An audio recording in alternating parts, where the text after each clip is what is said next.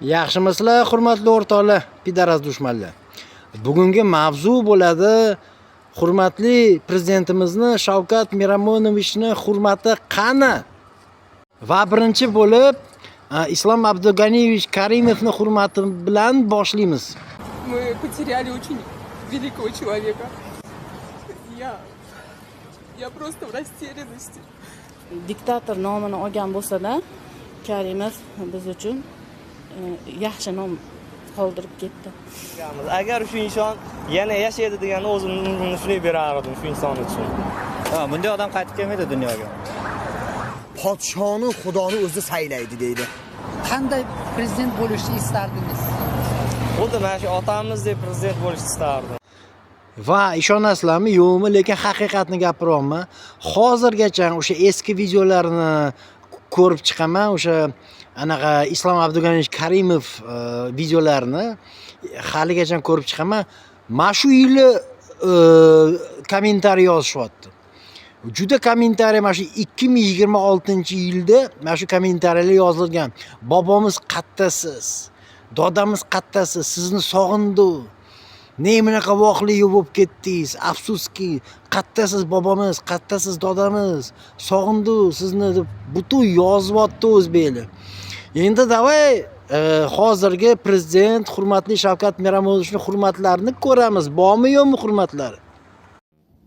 Hurmatli Mirziyoyev, prezident seni ham qoningda, badaningda qon oqayotgan chiqar, banda chiqarsan, ya xudo olmasdan, davay telefon nomerimni qoldiring, gaplashaylik prezident bo'lsang ham. Yevording O'zbekistonda Karim Pekalang. Odamlarni ham o'ylaysizlarmi sizlar, ana qilish kerak, mana qilish kerak, falon po'kindi faqat og'izda ko'pirasalar bilan 4 milliondan oshiq odam chet elda yuribdi-yu, xor bo'lib biladi. Shavkat Miromonovich, siz ish bilan ta'minla, xalqi ish bilan ta'minla, ayollar. Faqat tiluvchidan hammasi. Nega amalda hech narsa ko'rinmayapti? O'sha SSR paytimizda odamlar to'q yashagan. Mardikor degan narsa bo'lmagan Shavkat Miromonovich. Hozir mardikor to'la. Yaxshiyam o'sha Putinda Rossiya Federatsiyasi bor ekan. Bo'lmasam odamlar nima qilardi? Qo'lingizga oling mana bu narsalarni. Yoki keting. Men tushunmadim-da men sizga umuman. Siz qanaqa prezidentsiz? Faqat minbarlarda gapirib, nimaga xalq ustidan kulyapsiz sizni?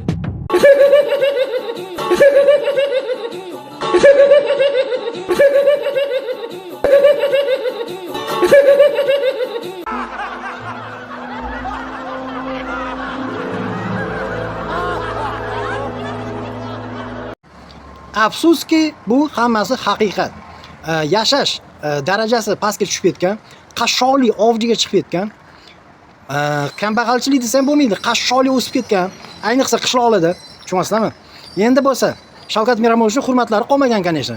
Lekin bunga kim aybdor? Shavkat Miramonovichning o'zlari aybdorlar. Nima uchun? Chunki diniy erkinlikni berib, mana shu islom din hammasini qashshoq qilib yubordi. Nima uchun diniy erkinlikni Shavkat Miramonovich berdilar? Nima uchun? Obro' olaman deb. Men odamlarga diniy erkinlikni beraman, keyin meni hurmat qilishadi. Afsuski, hammasi nabarot bo'lib chiqdi. Aksincha bo'lib chiqdi hammasi. Bildinglarmi? Hech qanaqa hurmat olmadilar Shavkat Miramonovich bunga. Hech qanaqa rivojlanishning o'rniga odamlar chirib ketdi. Tushunyapsizlarmi? Odamlar kuklamas. Ularni bittasi rivojlantirmaydi. Har bir odam o'zi jamiyat, har bir jamiyat deymiz. Har bir jamiyat o'zi rivojlanadi. Ish joylarni faqat kommunizm paytida faqat kommunistlar qilgan. Nima uchun? Chunki shunaqa sistema edi. Kapitalizm mumkin emas edi. Olib sotarlik mumkin emas edi. Shuning uchun kommunistlar ish joylarni qilgan. Bularni bilib olgan narsasi ana nepotizm, korrupsiya, monopoliya. Men o'sha necha marta savol beryapman. Mana shu gandon islomchilarga, mana shu dindoringga, mana shu Allohingizki, mana shu dindorlarga, Muhammadingizki, mana shu islomchilarga necha marta men savol beryapman. Mana qara, nima uchun Rossiyada nepotizm bor, Rossiyada korrupsiya bor, Rossiyada o'sha monopoliya bor, mafiya ham bor, banditlar ham to'lib ketgan Rossiyada nima uchun o'tda ish bor? Nima uchun to'dalanib o'zbeklar o'sha yerda ishlagan? Nima uchun Ukrainada ham minglab o'zbeklar ishlagan? O'sha kofir mamlakatlarda nimaga ishlagan? Chunki o'sha kofir mamlakatlarda anaqa tushunchasi dunyoviy, zamonaviy. O'shaning uchun zamonaviy biznes o'tda ketadi. O'shaning uchun ish joylar bor. Tushunasizmi Sangandon islomchi tushunasizmi? Sani chimo jamiyatingda rivojlanish bo'lmaydi. Chunki sani tushunchang qul tushunchasi. Xotinlaringlar lattalarga o'ralgan, yana o'yda o'tiradi. Hech kim o'sha pul ketkazmaydi. Masalan, xizmat sohalarining firmasiga pul ketkazmaydi. Masalan, mana Fransiyadan biznesmenlar kelib, Angliyadan biznesmenlar kelib, Xitoyda ochgan xizmat sohalarini, masalan, tushunasanmi? Nemislar ochgan Xitoyda. Sani o'sha qishloqlaringda особенно ani vodiyingda, sasigan vodiyingda hech qanaqa sponsorlar bitta ham xizmat sohani ocha olmaydi, chunki klientlari bo'lmaydi. San chimo jamiyatingda klientlar bo'lmaydi u yerda, tushunasanmi? O'shancha hech naqa ish ketmaydi, o'shancha ishsizlik bor, barran. Tushundingmi o'shani? Yana bu chimo islomchilar nima deydi? Ana ochuv-sochuv, ana kotini ko'rsatib yuribdi, ana ochuv-sochuv, ana qaranglar. Mintasi buni tam itorada, tuda-suda deb. Menga qarasan gandon tuhmatchilar. Sen menga qara, ochuv-sochuv deganicha bu fohisha degani emas. Lekin mana shu lattalarga o'ralgan, hijoblarga o'ralgan bu fohisha degani. Men buni isbotlayman 100%. Ana vodiyingdan o'sha avliyo o'zini avliyo yasab olgan, o'zini svitoy yasab olgan o'sha vodiyingdan fohishalar to'lib ketgan. Qirg'izistonda ham, Qirg'izistonga borib fohishalik qilib kelyapti o'sha o'ralgan qizlaringlar, bildinglarmi? Rossiyada fohishalik qilib kelyapti, bilasiz. Qozog'istonda fohishalik qilib kelyapti o'sha o'ralgan qizlaringlar, bildinglarmi? O'sha qashshoqlikdan bo'layotgan ish, bildinglarmi? O'zingni qashshoq qilib yuborib, o'zingni qizlaringlarni fohisha qilib yordinglar. Qani Nilufar Hamidovani fohisha bo'lgani? Qani o'shani gapirasizlar har mahal? Gandonlar, Allohingga sikiysan jamiyatni pidarras. Chirib ketding, sen loyiqsan shu hayotga. Chiriganing juda ham yaxshi bo'ldi. Men so'yinyapman mana shunga. Amin chiqsin sen sasu jamiyatni pidarraslar. Xitoyni misol qilib olamiz. Xitoyda 28% bu zavod fabrikalar, 28% atiga.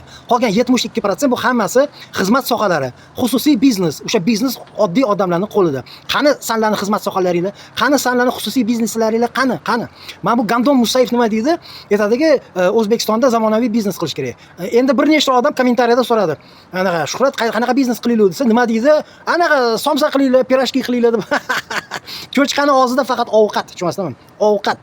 O'shancha bu allaqachon visceralniy ajreniya bo'lib ketgan. Visceralniy ajreniya dahshat bu. Butun ichki organlar, yurak bormi, anaqa pechin, pochki, желудок, o'sha hammasi, hamma narsani o'sha jir borku, jir, moy yo o'rab oladi, o'rab bo'g'adi ekan, tushunasizmi?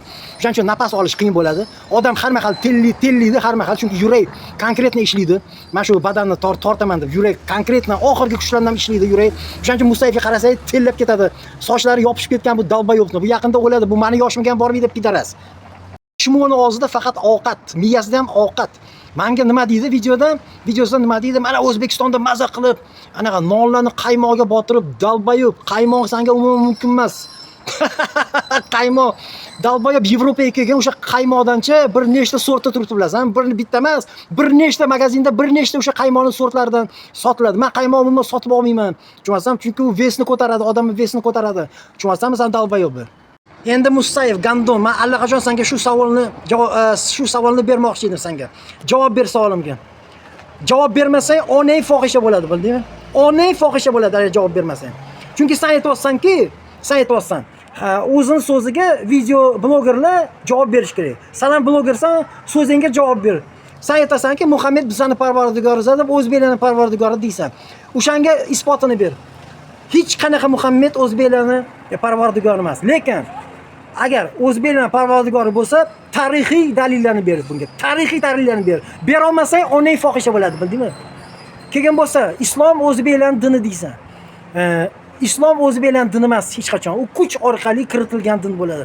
Lekin o'sha islom din agar mabodo o'zbeklarning dini bo'lsa, o'shanga tarixiy dalillarni ber.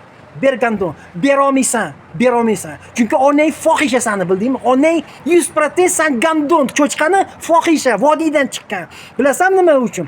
Chunki o'sha vodiydagi o'sha gandonlar, o'sha shluxalar o'zi yasholmaydi, o'zini qiyin shariatida, islomiy shariatida o'zi yasholmaydi, qochadi. O'zi qiyin shariatida yasholmay qochadi boshqa joyga, bildingmi? Sani shluxa onang qochgan Toshkentga, bildingmi? Pidarras yobini. Boshqa shluxalarga o'xshab, bildingmi? Sen gandon bor. Aytolman, dalil ber, tarixiy dalil ber. O'sha islom dini o'zbeklarniki, Muhammad o'zbeklarniki. Tarixiy dalil ber, bildingmi? Sen gandon. O'zingni jinniga solmasan pidarras. Sani shunaqa odating bor. Bitta narsa gap topolmaysan, o'zingni jinniga solasan cho'chqa, bildingmi? Gandon.